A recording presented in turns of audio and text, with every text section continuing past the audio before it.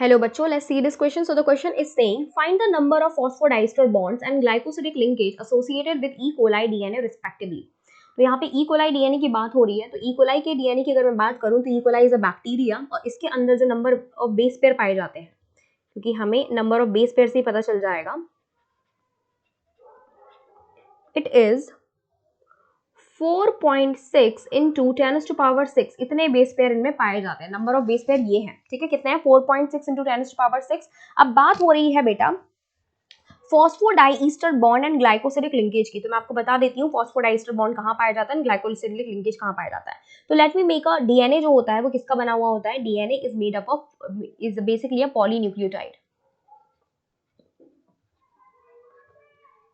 It's a polynucleotide. तो ये nucleotides का बना हुआ है, ठीक है. न्यूक्लियोटाइड्स का बना है और ये न्यूक्लियोटाइड बने हुए होते हैं शुगर जिससे लगा हुआ पाया जा रहा होता है कोई भी एक बेस, ठीक है.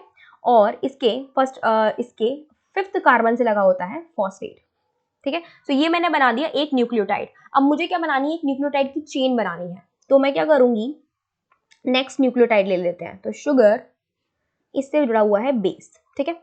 और इसके भी फिफ्थ कार्बन से क्या जुड़ी हुई है? फॉस्फेट, ठीक है. अब क्या होगा, ये एक न्यूक्लियोटाइड, ये दूसरा न्यूक्लियोटाइड, ये दोनों न्यूक्लियोटाइड आपस में बॉन्ड बनाएंगे और जुड़ जाएंगे. तो ये रहा bond and this bond is known as phosphodiester bond. क्या है ये? फॉस्फोडाइईस्टर बॉन्ड है. तो इट इज फॉस्फोडाइईस्टर बॉन्ड, ठीक है. तो भाई बेस है, आपस में बेस पेयर तो करेंगे. तो एक बेस दूसरे बेस से पेयर करता है, तो ये बेस हो गया. सामने फिर से हम शुगर बना देंगे, ठीक है. इसके भी फिफ्थ से क्या लगी पाई जा रही होगी? फॉस्फेट पाई जा रही होगी. देन फिर से एक नाइट्रोजन बेस बनाइए भाई, ठीक है. तो ये बेस होगा, ये दोनों पेयरिंग करे होंगे अपने साथ और इससे भी क्या निकल रहा होगा? एक इसके फिफ्थ कार्बन से फॉस्फेट निकला हुआ होगा और ये फॉस्फेट क्या करा हुआ होगा? इसके थर्ड कार्बन से क्या करा होगा? फॉस्फोडाइस्टर बॉन्ड बनाया होगा. तो दिस इज दी फॉस्फोडाइईस्टर बॉन्ड. तो ये फॉस्फोडाइस्टर बॉन्ड बना हुआ है, ठीक है. तो हम क्या देख रहे हैं भाई कि हमारे दो नाइट्रोजन बेस के बीच में कितना पाया जा रहा है? ये जो है फॉस्फोडाइस्टर बॉन्ड प्रेजेंट है यहाँ पे. तो ये दो बॉन्ड पाए जा रहे हैं, ठीक है.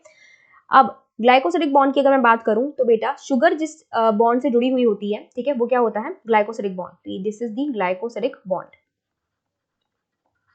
ग्लाइकोसिडिक लिंकेज बोलते हैं जिसको हम लोग. So this is the glycosidic linkage. Sugar जिस बॉन्ड से किससे लिंकेज से बेस से जुड़ी हुई होती है उसे क्या बोलते हैं हम लोग? Glycosidic linkage. तो ये रहा ग्लाइकोसिडिक लिंकेज, ठीक है. As you can see here we have glycosidic linkage and here we have the phosphodiester bond. तो हमारे फॉस्फोडाइस्टर बॉन्ड पाए जा रहे हैं. तो क्योंकि क्या होता है यहाँ पे नंबर ऑफ बेस पेयर की बात हो रही है, ठीक है. तो डीएनए क्या होता है? डीएनए की दो चेन्स चल रही होती है. डीएनए की कुछ इस तरीके से दो चेन्स चलती है, ठीक है. ई कोलाई की बात हो रही है तो ई कोलाई में डीएनए जो है वो सर्कुलर पाया जाता है. तो इस तरीके से सर्कुलर प्रेजेंट होगा, सर्कुलर डीएनए पाया जा रहा होगा, ठीक है. बेसिकली क्या होगा, लेकिन दो स्ट्रैंड्स पाई जा रही होंगी क्योंकि डबल स्ट्रैंडेड है. तो हमें दोनों स्ट्रैंड्स के एक स्ट्रैंड में अगर फॉस्फोडाइस्टर बॉन्ड पाए जा रहे हैं तो हमें दोनों स्ट्रैंड के ही गिनने हैं और दोनों स्ट्रैंड के ही हमें ग्लाइकोसिडिक लिंकेज गिनने हैं, ठीक है. तो यानी कि नंबर ऑफ बेस पेयर से जस्ट द अमाउंट क्या होगा? ट्वाइस होगा. क्या होगा बेटा? ट्वाइस पाया जा रहा होगा, ठीक है. तो नंबर क्या होगा बेटा? नंबर क्या होगा? बेस पेयर जितने पाए जा रहे हैं उससे क्या होगा? फॉस्फोडाइस्टर बॉन्ड का और ग्लाइकोसिडिक लिंकेज का क्या होगा? नंबर क्या होगा? ट्वाइस होगा. अगर 4.6 इंटू 10 टू पावर 6 है तो नंबर ऑफ ग्लाइकोसिडिक लिंकेज कितने होंगे? Number of glycosidic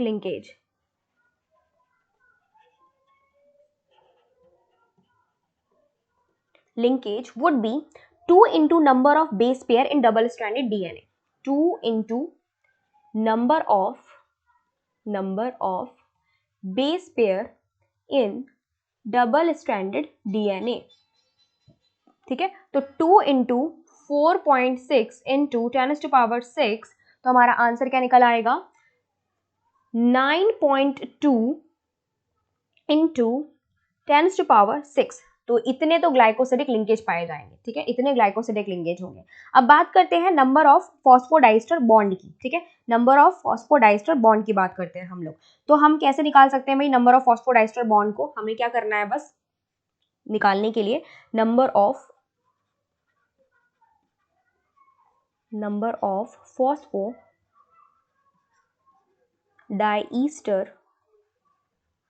bond. इसे निकालने के लिए हम एक काम करते हैं, हाफ जो हमारा नंबर है, ठीक है, एक स्ट्रैंड का ले लेते हैं, सिर्फ और सिर्फ एक स्ट्रैंड का नंबर ले लेते हैं हम लोग, तो which would be n into two minus 2 करके लेके चलते हैं, ठीक है। ये हाफ अमाउंट लेकर रखा है हम लोगों ने, इसके बेसिस पे बात कर रहे हैं। तो हमारा n इंटू टू यानी कि 4.6 इंटू टू कितना हो जाएगा, 6 into 10⁻6 into two would be 9.2 into 10⁻6 -2। अब बेटा -2 क्यों लगा रहे हैं, क्योंकि आप देख सकते हो दो नाइट्रोजन बेसिस के बीच में एक फॉस्फोडाइस्टर बॉन्ड बन रहा है, यानी कि दोनों से हमें 1 माइनस करना है। क्या करना है, 1 माइनस करना है हमें, क्योंकि दो के बीच में एक लगा हुआ है, इसलिए हम लोग -2 लेके चल रहे हैं। सो this is the phosphodiester bond, इतना नंबर पाया जाएगा, ठीक है। क्या है बेटा, एक चेन की अगर मैं बात करूं तो एक चेन में कितना होगा, 4.6 इंटू 10⁻6, ठीक है, एक चेन में इतना होगा, ठीक। और दो चेन की बात करें हमें तो कितना हो जाएगा, 9.2 इंटू 10⁻6। हमने -2 क्यों करा है, क्योंकि आप देख सकते हो कि दो चेन के बीच में क्या है, एक फॉस्फोडाइस्टर बॉन्ड है, तो हमेशा हमें एक कम लेके चलना है, एक कम लेके चलना है, तो दो चेन के लिए हम -2 कर देंगे, ठीक। तो हमारा राइट आंसर क्या हो जाएगा, 9.2 इंटू 10⁻6 -2। अब देख लेते हैं यहाँ पे, तो 9.2, अब इन्होंने सबसे पहले फॉस्फोडाइस्टर बॉन्ड ग्लाइकोसिडिक लिंकेज पूछा है रिस्पेक्टिवली, तो 9.2 इंटू 10⁻6 -2 दोनों में -2 नहीं आएगा बेटा, ग्लाइकोसिडिक लिंकेज बराबर पाए जाएंगे किसके, नाइट्रोजन बेसिस के, तो ये रॉन्ग हो जाएगा। 4.6 नहीं, 4.6 में तो कोई भी आंसर नहीं होगा, क्योंकि दो चेन से नंबर हमेशा डबल रहेंगे। 4.6 नो। 9.2 इंटू 10⁻6 -2, 9.2 इंटू 10⁻6, ठीक है, ये बिल्कुल राइट है, तो D is the right answer. I hope आपको समझ में आया होगा। Best of luck.